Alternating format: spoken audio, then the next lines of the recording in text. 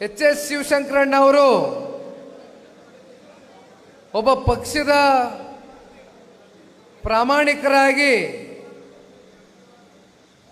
ವ್ಯಕ್ತಿಗಿಂತ ಪಕ್ಷ ದೊಡ್ಡದು, ವ್ಯಕ್ತಿಗಿಂತ ಪಕ್ಷ ಮುಖ್ಯ ಅಂತಕ್ಕಂಥದ್ದನ್ನ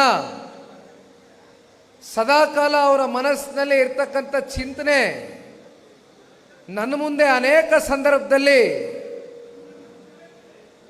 ಪಕ್ಷವನ್ನ ನಿಸ್ವಾರ್ಥವಾಗಿ ಸೇವೆ ಮಾಡ್ತೇನೆ ಅಂತಕ್ಕಂಥದ್ದು ಅನೇಕ ಸಂದರ್ಭದಲ್ಲಿ ನನ್ನ ಮುಂದೆ ಅವರ ಮನದಾಳದ ಮಾತುಗಳನ್ನ ನಾನು ಅವರು ಕೂತಂಥ ಸಂದರ್ಭದಲ್ಲಿ ಮನಬಿಚ್ಚಿ ಮಾತನಾಡಿರ್ತಕ್ಕಂಥದನ್ನ ನಾನು ಈ ಸಂದರ್ಭದಲ್ಲಿ ಹೇಳಬೇಕಾಗ್ತದೆ.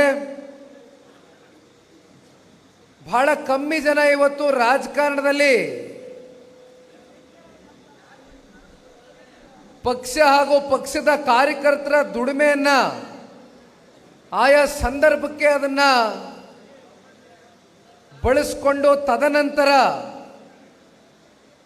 ಅವರ ಸ್ವಾರ್ಥದಿಂದ ಈ ಪಕ್ಷವನ್ನ ತ್ಯಜಿಸಿ ಹೋಗಿ ಬೇರೆ ಬೇರೆ ಪಕ್ಷದಲ್ಲಿ ಇವತ್ತು ಸ್ಥಾನಮಾನ ದೊರಕುತ್ತೆ ಅಂತಕ್ಕಂಥ ಹಿನ್ನೆಲೆಯಲ್ಲಿ ಪಕ್ಷದ ವರಿಷ್ಠರಿಗೆ, ಪಕ್ಷದ ನಾಯಕರಿಗೆ, ಪಕ್ಷದ ಕಾರ್ಯಕರ್ತರಿಗೆ ಮೋಸ ಮಾಡಿ ಹೋಗಿರ್ತಕ್ಕಂಥ ಸಂಖ್ಯೆ ಬಹಳ ದೊಡ್ಡ ಸಂಖ್ಯೆ ಇದೆ ಇವತ್ತು ಜನತಾದಳದಿಂದ. ಆದರೆ ಎಚ್ ಶಿವಶಂಕರಣ್ಣ ಇವತ್ತು ಪಕ್ಷದ ಮೇಲೆ ಇಟ್ಟಿರ್ತಕ್ಕಂಥ ಅಭಿಮಾನ, ಪಕ್ಷದ ವರಿಷ್ಠರ ಮೇಲೆ ಸನ್ಮಾನ್ಯ ದೇವೇಗೌಡರು ಸಾಹೇಬರು, ಪಕ್ಷದ ನಾಯಕರಾಗಿರ್ತಕ್ಕಂಥ ಸನ್ಮಾನ್ಯ ಕುಮಾರಣ್ಣ ಅವರ ಮೇಲೆ ಒಂದು ರೀತಿ ಕುಟುಂಬದ ಸದಸ್ಯರ ರೀತಿ ಅವರ ವರ್ತನೆ ಏನಿದೆ, ಬಹುಶಃ ಇದು ನಾವು ಮಾತುಗಳಲ್ಲಿ ಇದಕ್ಕೆ ಯಾವುದೇ ರೀತಿ ವಿಶ್ಲೇಷಣೆ ಮಾಡಲಿಕ್ಕೆ ಅಸಾಧ್ಯ.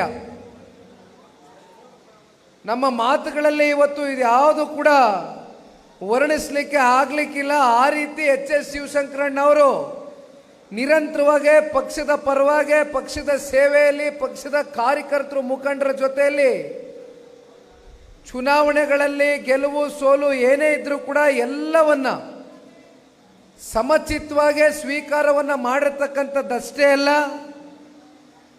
ಪಕ್ಷ ನನಗೆ ಏನೇ ಜವಾಬ್ದಾರಿಯನ್ನ ಕೊಟ್ಟರೂ ಕೂಡ ನಾನು ಅದನ್ನು ತುಂಬ ಹೃದಯದಿಂದ ಸ್ವೀಕಾರವನ್ನ ಮಾಡ್ತೇನೆ, ಸ್ವಾಗತವನ್ನ ಮಾಡ್ತೇನೆ ಅಂತಕ್ಕಂಥದ್ದು ಅವರ ಮನಸ್ಥಿತಿಗೆ ನಿಜಕ್ಕೂ ಕೂಡ ಇವತ್ತು ಯಾರು ಕೂಡ ಬೆಲೆ ಕಟ್ಟಲಿಕ್ಕೆ ಆಗೋದಿಲ್ಲ.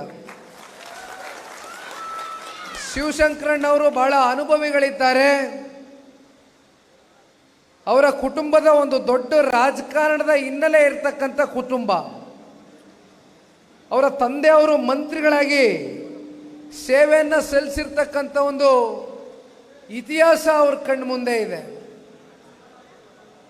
ಆದರೆ ಒಂದು ಈ ಪಕ್ಷದ ಯುವ ಕಾರ್ಯಕರ್ತನಾಗಿ ಶಿವಶಂಕರಣ್ಣ ಅವರು ರಾಜಕಾರಣದಲ್ಲಿ ಒಂದು ದೊಡ್ಡ ಸ್ಥಾನದಲ್ಲಿ ಹೋಗಿ ತಲುಪಬೇಕು ಅಂತಕ್ಕಂಥದ್ದನ್ನ ನೀವೆಷ್ಟು ನಿಮ್ಮ ಮನಸ್ಸುಗಳಲ್ಲಿ ಇಟ್ಕೊಂಡಿದ್ದೀರೋ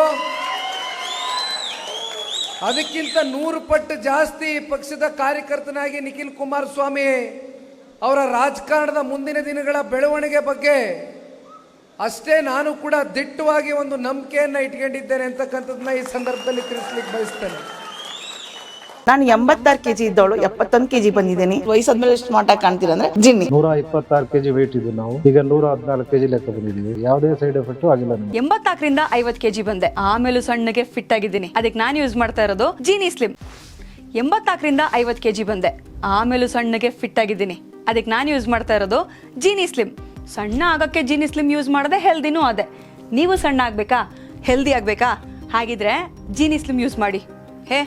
ಸಣ್ಣ ಆಗೋದಕ್ಕೆ ಯಾವುದೋ ಪ್ರಾಡಕ್ಟ್ ಹೇಳ್ತಾ ಇದ್ದಾಳೆ, ಏನಾದರೂ ಸೈಡ್ ಎಫೆಕ್ಟ್ಸ್ ಇದೆ ಅಂತ ಯೋಚನೆ ಮಾಡ್ತಾ ಇದ್ದೀರಾ? ಖಂಡಿತ ಇಲ್ಲ. ಯಾಕಂದ್ರೆ ಇದು ಕೆಮಿಕಲ್ ಫ್ರೀ. ಸಣ್ಣ ಆಗಬೇಕು ಅಂದರೆ ಜೀನಿ ಸ್ಲಿಮ್ ಯೂಸ್ ಮಾಡಿ.